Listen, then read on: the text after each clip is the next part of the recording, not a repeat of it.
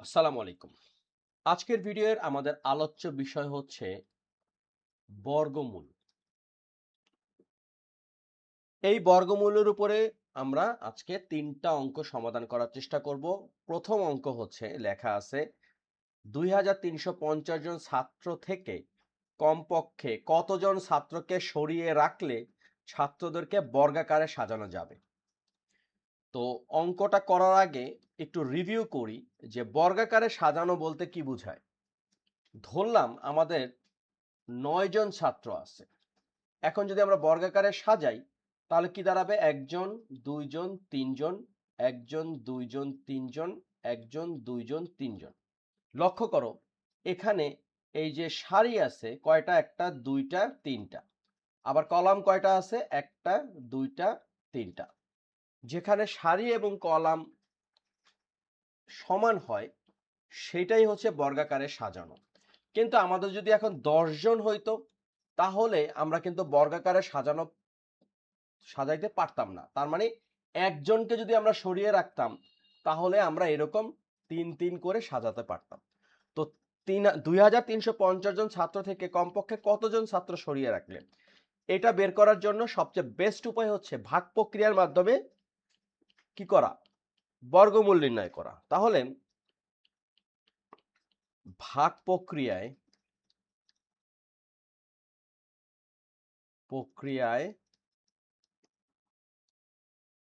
বর্গমূল নির্ণয় করে পাই।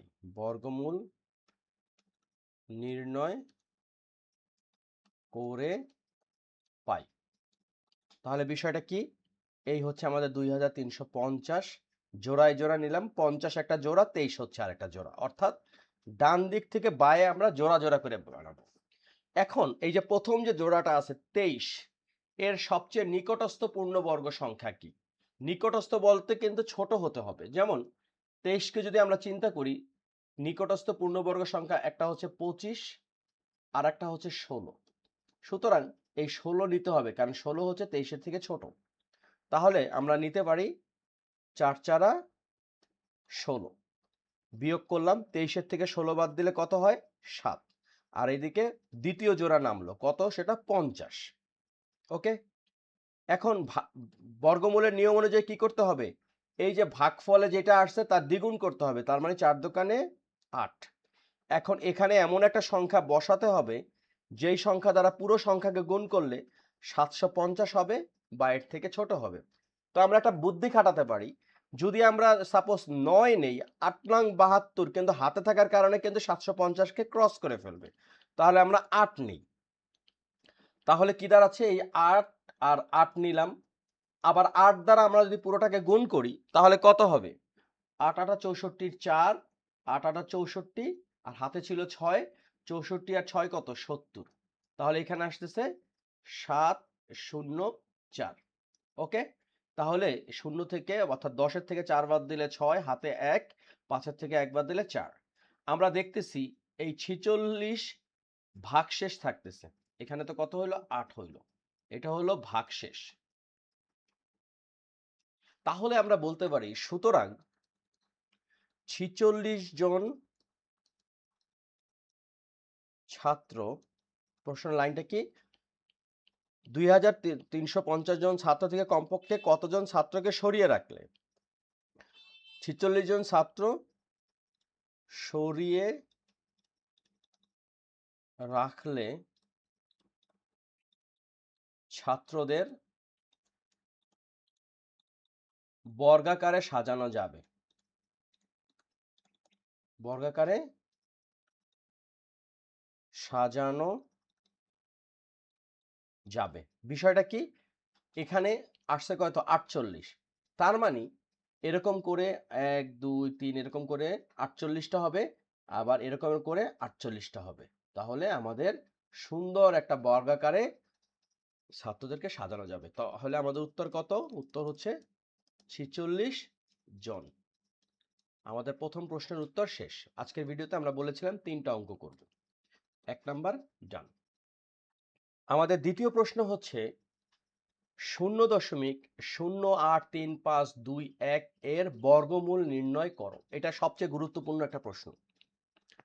এই প্রশ্নটা সমাধান করতে গেলে আমাদের দশমিক সংখ্যাকে বর্গমূল বের করার নিয়মও জানতে হবে। তাহলে আমরা প্রথমে যে কাজটা করতে পারি, এই হচ্ছে আমাদের শূন্য দশমিক মানে 0.083521। নিয়ম অনুযায়ী কি করতে হবে? জোড়ায় জোড়ায় নিতে হবে। আমরা একটা জোড়া শূন্য বেশি নিলাম, এই হলো জোড়া। এখন আমাদের যে কাজটা করতে হবে, নিয়ম অনুযায়ী ডান দিকে দাগ দিলাম। এখন প্রথম জোড়া দশমিক যেহেতু আছে, তাহলে শুরুতে আমরা একটা দশমিক দিয়ে দিলাম। এরপর এই যে 0.8 আছে, এই 0.8 এর সবচেয়ে নিকটস্থ পূর্ণদৈর্ঘ্য সংখ্যা কি? এই 0.8 এর সবচেয়ে নিকটস্থ পূর্ণবর্গ সংখ্যা হচ্ছে 4, তাই না? এই 8কে আমরা যদি বিশ্লেষণ করি, এই 4 একটা পূর্ণবর্গ সংখ্যা, 9 একটা পূর্ণবর্গ সংখ্যা, কিন্তু নেব আমরা কোনটা? ছোটটা। তাহলে আমরা লিখতে পারি 2, 2 দোকানে 4। এখন নিয়ম অনুযায়ী বিয়োগ করলাম, 8 এর থেকে 4 বাদ দিলে 4 হয়। এরপরে এই জোড়াটা নামবে, সেটা কত? 35। এখন এই 2কে দ্বিগুণ করব, কত হইল? 4। এখন ঠিক এইখানে আমাদের একটা সংখ্যা নিতে হবে, যেই সংখ্যাটা দ্বারা পুরো সংখ্যাকে গুণ করলে হয় 435 হবে বা এর থেকে ছোট হবে। 8 যদি নেই, 4 8 32, আর যদি 9 নেই, 4 9 36, তার মানে 9 গ্রহণযোগ্যতা বেশি। অর্থাৎ এই যে 4 আর 9 আছে, একে কি করতে হবে? পুরোটাকে 9 দ্বারাই গুণ করতে হবে। 9 9 81 1, 4 9 36, 36 আর 8 কত? 36 আর 8 হচ্ছে 44, তাই না? কিন্তু সমস্যা হচ্ছে এখানে তো 435, তার মানে 9 নিলে হবে না। আমরা নিব কত? 8 দিয়ে ট্রাই করতে পারি। অর্থাৎ 4 8 গুণ করলাম 8 দ্বারা, ক্যালকুলেটরে চাইলে সহায়তা নিতে পারি। 48 গুণ হচ্ছে 8, কত পাচ্ছি? 384, 384। সুতরাং এটাই হবে 384। এখানে হইল কত? 8। 15 থেকে 4 বাদ দিলে কত? 1 হয়, নাকি 5 থেকে 4 বাদ দিলে 1? 1। 13 থেকে 8 বাদ দিলে 5। ওকে, এখন এই জোড়াটা নেমে যাবে, কত? 21। এরপরে কি করতে হবে? এই যে আমাদের 28 আসছে, এর ডাবল কত? 56।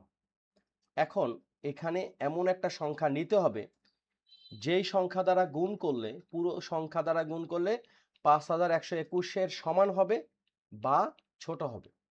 তাহলে লক্ষ্য করে দেখো, আমরা যদি 9 নিই, এই 9 যদি নেই, ইন্টারেস্টিং ব্যাপার, পুরোটা কিন্তু মিলে গেল, অর্থাৎ 5181 9 নিলে বিষয়টা কি দাঁড়ালো? এই 5 আর 6 আছে, এখানে আমরা একটা সংখ্যা নিলাম, সেটা হচ্ছে 9।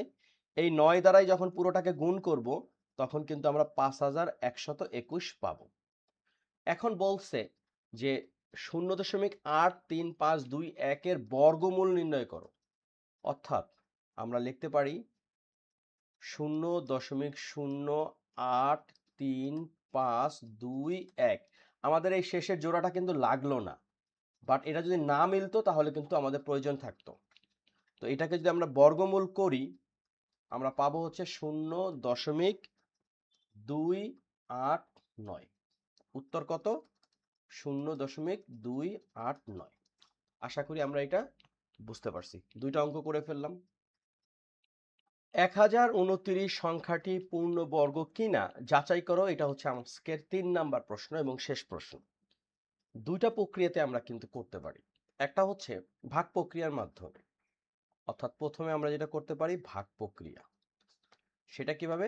1029 জোড়ায় ভাগ করলাম, 10 এর সবচেয়ে নিকটস্থ পূর্ণবর্গ সংখ্যা হচ্ছে 3, তাই না? কারণ 3 3 9, 10 এর থেকে 9 বাদ দিলে 1, এই 29 নামলো। 3 এর কে দ্বিগুণ করলে কত হবে? 6।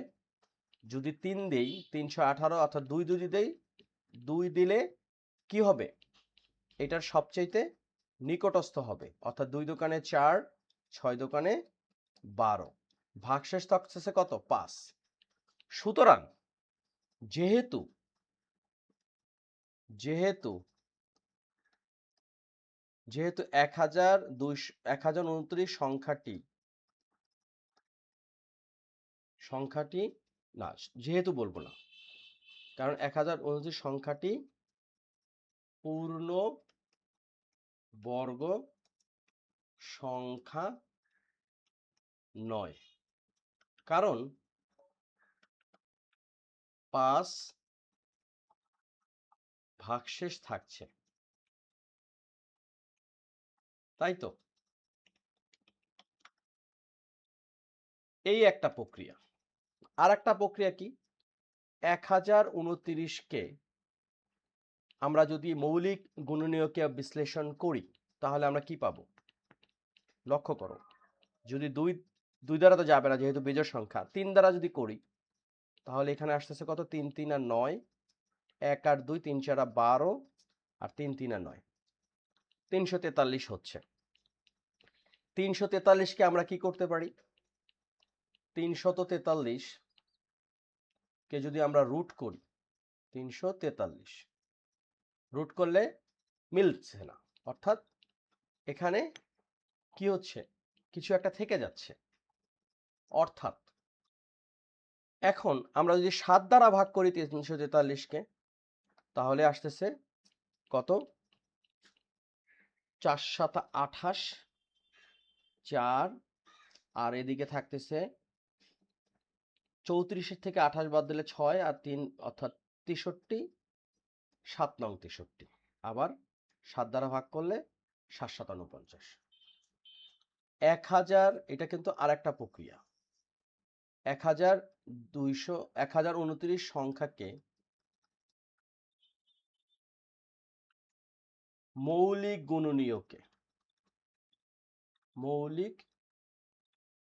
গুণনীয়কে বিশ্লেষণ করে পাই। কি পাই লক্ষ্য করো, 1029 সমান হচ্ছে 3 গুণ 7 গুণ 7 গুণ 7। তো লক্ষ্য করো এখানে শুধুমাত্র 7 আর 7, দুইটা 7 হলো জোড়া। এখানে 3